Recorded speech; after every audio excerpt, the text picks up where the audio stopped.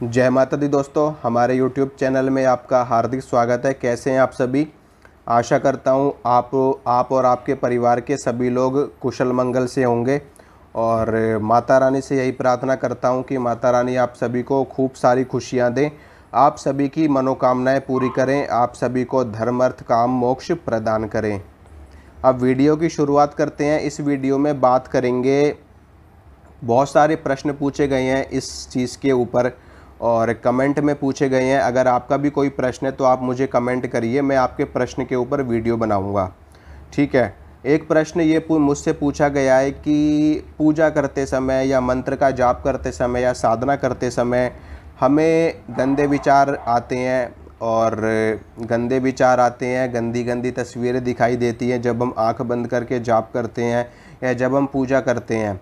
यहाँ तक कि स्थिति इस हद तक ख़राब हो जाती है कि हमें अपने इष्ट देव को लेकर के भी गंदे विचार आने लगते हैं, यानी कि नग्न तस्वीरें दिखाई देती हैं या फिर उनके बारे में भी हमें गंदे विचार आते हैं। अपने गुरु को लेकर के गंदे विचार आते हैं या फिर किसी को भी लेकर के गंदे विचार आने लगते हैं।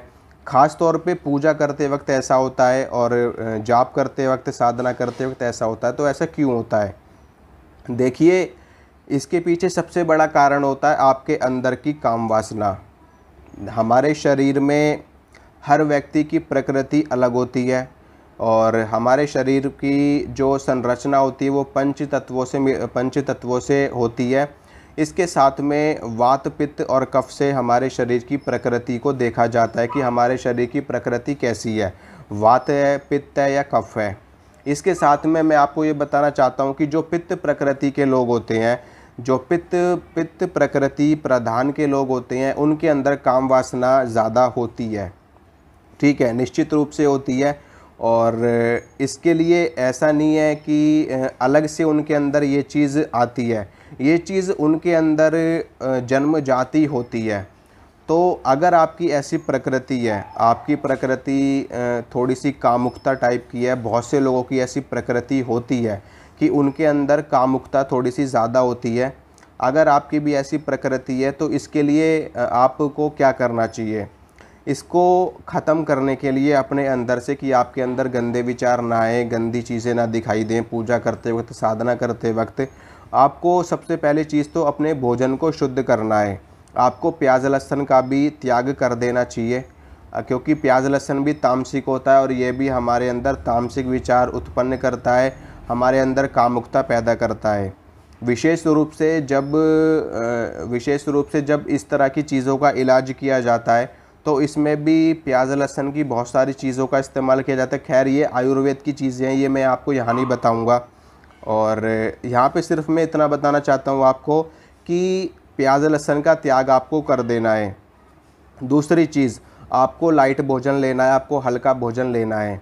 ठीक है। और इसके साथ में आपको दूध से बनी हुई चीज़ें कम इस्तेमाल करनी है, यानी कि दूध ज़्यादा नहीं पीना। कई लोग दूध के साथ बहुत ज़्यादा हैवी प्रोटीन वगैरह लेते हैं, दूध में वो ड्राई फ्रूट्स बहुत ज़्यादा लेते हैं और दूध से बनी हुई चीज़ें, पनीर लेते हैं, देसी घी ज़्यादा खाते हैं।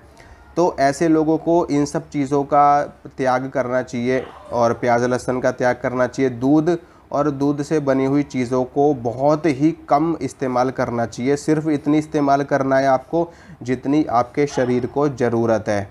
ठीक है। और प्याज लहसुन तो छोड़ ही देना। इसके साथ में आपको किसी भी तरह की फ़ोटो, वीडियो, इस तरह की चीज़ें आपको नहीं देखनी है। गंदी फ़ोटो नहीं देखनी, गंदी वीडियो नहीं देखनी, गंदी बातें नहीं करनी लोगों से। ठीक है, गंदी बातें बिल्कुल भी नहीं करनी लोगों से।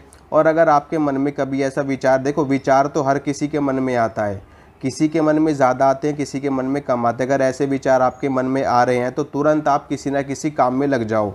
ठीक है, अपने मन को आपको डाइवर्ट कर लेना है और अपने मन को पूजा पाठ में लगा लेना है। पूजा पाठ में लगाते ही आपका मन थोड़ा सा शांत हो जाएगा, जो बहुत ज़्यादा विचार आपके मन में आ रहे हैं वो कम हो जाएंगे और ज़्यादा नहीं आएंगे।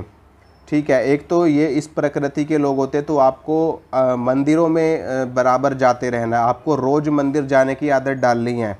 धीरे धीरे जब आप मंदिर में जाने लगोगे तो आपके मन में ये गंदे विचार आने कम हो जाएंगे और धीरे धीरे बंद हो जाएंगे।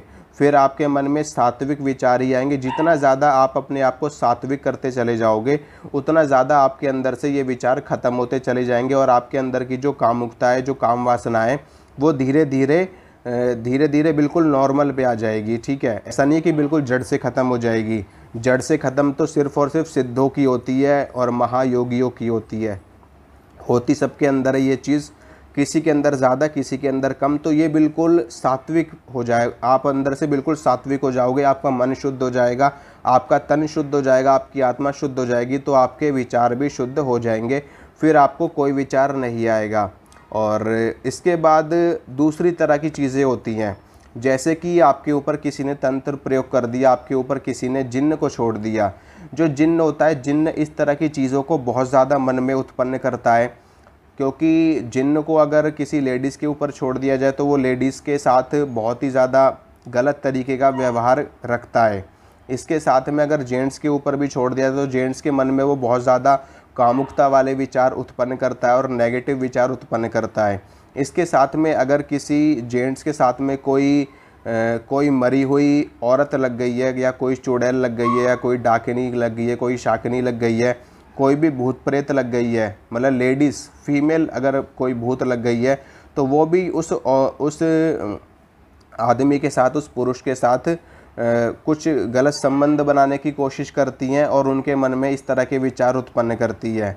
तो और तीसरी चीज़ होती है, अगर किसी ने आपके ऊपर कोई चौकी छोड़ दी, कोई तांत्रिक क्रिया कर दी जिसमें उन्होंने गंदे भूत प्रेतों को छोड़ा है आपके ऊपर, गंदी शमशान की चीज़ों को छोड़ा है, गंदी निम्न कोटि की शक्तियों को छोड़ा है, तो उनके कारण भी आपके अंदर ऐसे विचार उत्पन्न ज़्यादा होते हैं, क्योंकि इन विचारों के कारण आपकी साधना बहुत जल्दी खंडित होती है। बहुत से लोग ऐसे होते हैं जो जैसे ही अनुष्ठान करते हैं 11 दिनों का या 21 दिनों का, उनकी साधना खंडित हो जाती है। वैसे उनको कभी कोई दिक्कत नहीं होगी, लेकिन जब वो अनुष्ठान पे बैठेंगे तो 7 या 8 दिन के बाद ही उनकी साधना खंडित हो जाती है, उनका वीर्यपात हो जाता है, या फिर उनका किसी भी तरीके से उनकी साधना खंडित हो जाती है।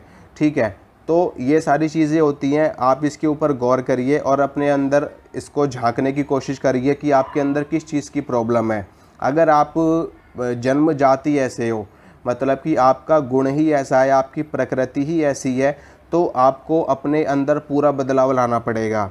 और अगर आप पहले ऐसे नहीं थे, आप अभी ऐसे हुए हो, सिर्फ कुछ महीनों में या कुछ सालों में ऐसे हुए हो, तो आपको अपने अंदर इन सारी चीज़ों को खोजना है और अपना इलाज करवाना है, इन सारी चीज़ों को अपने अंदर से निकलवाना है, ताकि आपके अंदर इस तरह के विचार दोबारा ना आए।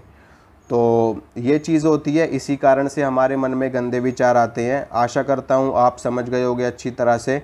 और अगर आपको वीडियो अच्छी लग रही है तो लाइक कर देना, शेयर कर देना, और इस चैनल को सब्सक्राइब तो आपको करना ही है। साथ में जो दूसरा चैनल बनाया गया है आप लोगों के लिए, जिसमें भी आपको अच्छी से अच्छी जानकारी दी जाएगी तंत्र मंत्र यंत्र से रिलेटेड, और तो आपको उस चैनल को भी सब्सक्राइब कर लेना है। और चैनल का लिंक मैं आपको डिस्क्रिप्शन में डाल दूंगा, तो वहां से जा कर के आप उस चैनल को भी सब्सक्राइब कर लो। और इस पे भी अगर आप पहली बार आए हो तो आप इसको भी सब्सक्राइब कर लेना। ठीक है, मिलूंगा आपसे अगली वीडियो में। जय माता दी। माता रानी आप सभी का मंगल करे, आप सभी के सारे काम बनाए। जय माता दी।